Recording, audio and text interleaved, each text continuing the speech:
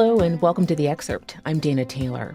For generations of Americans, the Johnson & Johnson brand has been a beloved one, as quintessentially American as baseball and apple pie. Its baby shampoo, No More Tears, has been a fixture in bathrooms, as has its iconic Band-Aids and talcum powder. But it's that last item, the talcum powder, that may prove to be a tipping point in destroying its hard-won 139-year-old reputation with consumers. To find out why, we're now joined by author and freelance investigative journalist Gardiner Harris. His new book, No More Tears: The Dark Secrets of Johnson & Johnson, is on bookshelves now. Gardiner, thanks for joining me. Thanks for having me, Dana. There are two products that immediately come to mind when I think of Johnson & Johnson. One inspired the title of your book, Johnson & Johnson's baby shampoo, No More Tears. The other, the topic of your investigation, is J&J's baby powder. What are the risks associated with talcum powder? And can you share some of the evidence you uncovered that the company knew about those risks? About talcum powder, the risks are clearly about its chronic contamination with asbestos. But I also want to make clear, Dana, that my book is not just about baby powder. It is about 9 separate products. You know, the products that I go through include Tylenol, that is the most widely used drug on the planet and is far more dangerous than most people know. I also talk about EPO or Procrit, that most people know because Lance Armstrong used it to win 7 Tours de France, but actually ended up killing more than 500,000 Americans in the worst cancer drug disaster in American history. Also, Risperdal, an antipsychotic that is part of a disaster that's killed more than 1 million Americans. So through these various products, I point out that Johnson & Johnson has been responsible for contributing or causing more than 2 million American deaths over the last 50 odd years. And that's more deaths than have died in all of America's wars combined. It's an extraordinary toll from what has long been one of the most admired corporations in the world. And it is that contrast between what we think of Johnson & Johnson and how Johnson & Johnson has actually behaved. That is the focus of my book, and that I hope people can sort of come away and find ways to protect themselves, not only against Johnson & Johnson, but against corruption writ large in American healthcare. So can you give us some of the evidence that you uncovered specifically as relates to baby powder? Sure. So talc and asbestos are chemically identical. They have the same exact constituencies. And the only difference between the two is a little bit of pressure and time as to whether those chemicals form into talc deposits or they form in asbestos deposits. And basically, what geologists will tell you is that you cannot have a talc deposit without a little bit of asbestos ribboned in the middle of it. And you can't have an asbestos deposit without some talc ribboned in there. And basically, Johnson & Johnson began to understand this problem in the 1950s and the 1960s.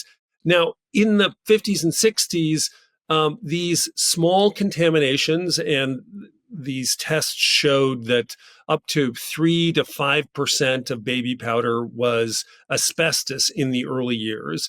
But there was asbestos everywhere in American society during those years. There wasn't a boat, plane, house, car that didn't have asbestos in it, and often pure asbestos. So it didn't seem like kind of a big deal. But science began to discover in the 1960s and the 1970s that even microscopic quantities of asbestos could cause cancer, particularly a cancer of the lining of the lung, which is known as mesothelioma. The industry then sort of rallied, came up with an asbestos testing standard that it sold to the FDA as safe. In fact, this testing standard would would bless talcum powders as being asbestos free, even when they had up to 3% asbestos. And then FDA basically washed its hands of the issue. It didn't have the money to police cosmetics at the time or even now, and it didn't. And so Johnson and Johnson then tested its own products for decades, repeatedly finding asbestos in Johnson's baby powder, but not telling anyone. And this started to get very, very dark, Dana, beginning in the 1980s as researchers around the world, the first one at Harvard, began doing epidemiological studies comparing the cancer rates of women who used talcum based powders like Johnson's baby powder with women who didn't. And those studies began to show that women who used talcum based baby powders suffered somewhere around 80% more cancers, usually ovarian cancer, than women who didn't. And Johnson and Johnson saw this research. Nearly all other companies that were using talcum powders got away from talcum powders and substituted in cornstarch. Johnson and Johnson stubbornly clung to this iconic product, and it is now paying the price. It has been sued over the last several years by 93,000 people, mostly women suffering ovarian cancer, who are blaming their illnesses and, in some case, the death of their loved ones on their use of Johnson's baby powder. As you say, there are literally tens of thousands of pending lawsuits against J&J. And while this J&J subsidiary is still in bankruptcy because of all the lawsuits, the company's been unable to reach a settlement that's acceptable to the courts. What's the big sticking point here? So Johnson and Johnson wants to use the bankruptcy system to solve all of its baby powder liability, not only now, but ever in the future. The problem with ovarian cancer and asbestos is that it can take 30 years for asbestos to cause the changes that lead to cancer. So it's possible that Johnson and Johnson will be sued by tens of thousands of women annually every year for 30 years. And it's that Johnson and Johnson wants to get out from under, and so tried to use the bankruptcy system to do that. 3 judges have now thrown out all 3 of Johnson and Johnson's bankruptcy claims, and so Johnson and Johnson is now being forced to fight each one of these claims individually in the usual court system. Gardner, did you find that the people you approach for your book, doctors, former employees, were willing to speak to you on the record? What kind of risks did they face in coming forward? Johnson and Johnson is the most litigious company, arguably, in American history. It has spent more than $35 billion on lawyers and litigation since 2011. It sues anyone at the drop of a hat. And so it also has this huge cavalcade of consultants in just about every major American medical center in the country. So it sort of first tries to kind of sweet talk you. And then if you are not amenable, it often sues. So the people I talked to universally were really afraid. I ended up getting grand jury records, which, as you may know, Dana, are the last truly secret institutions in American society. So in those documents, I got access to hundreds and hundreds of Johnson and Johnson employees' cell numbers. I called hundreds of them. I got many of them to talk to me, but only because I promised them again and again that I would keep their names secret. Tylenol, another Johnson& Johnson product, became a target of product tampering in the 1980s. People died when someone successfully slipped cyanide into Tylenol bottles. The tampering crisis led to their creation of tamper-proof bottles still in use today. They're an important part of the Johnson& Johnson legacy, but your book takes aim at their response. Why? There is a lot of evidence that Johnson and Johnson knew that the poisoning probably happened somewhere in their own distribution system, and that they kept that knowledge from not only the public, but investigators themselves. To this day, Dana, the Johnson & Johnson response in 1982 is considered the gold standard of corporate response to crises. And it's taught as among the first things that students at the Harvard Business School, Wharton School, all of them learn.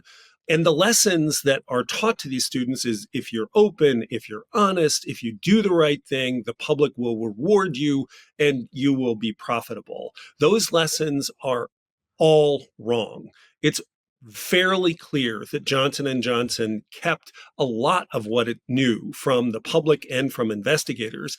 So the real lessons that students at HBS, at Harvard and Wharton should be taught is if you lie to the public, you might really get away with this, which is what Johnson & Johnson did and what it has been doing for decades.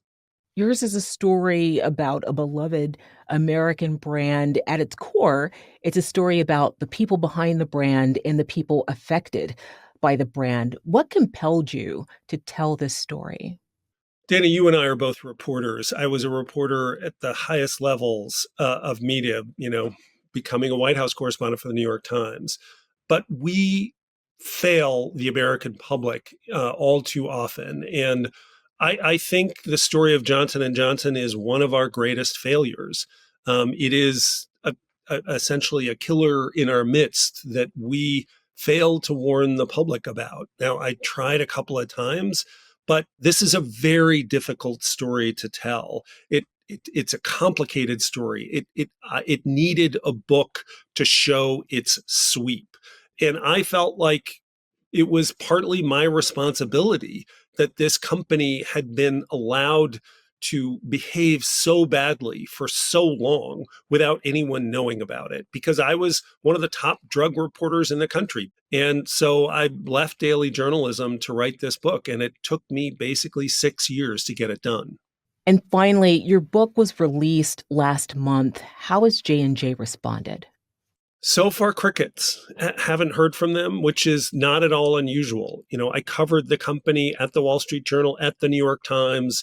For tough stories, Johnson & Johnson has historically refused to participate in any of these stories. And I actually tell story after story in the book about Johnson & Johnson managing to kill some very critical stories over the course of its history by calling up headquarters of these big media conglomerates. And because Johnson & Johnson was one of the largest advertisers in the world, was able to threaten these organizations. If you run this piece, we will pull all of our ads. And again, that succeeded in having critical stories about the company killed.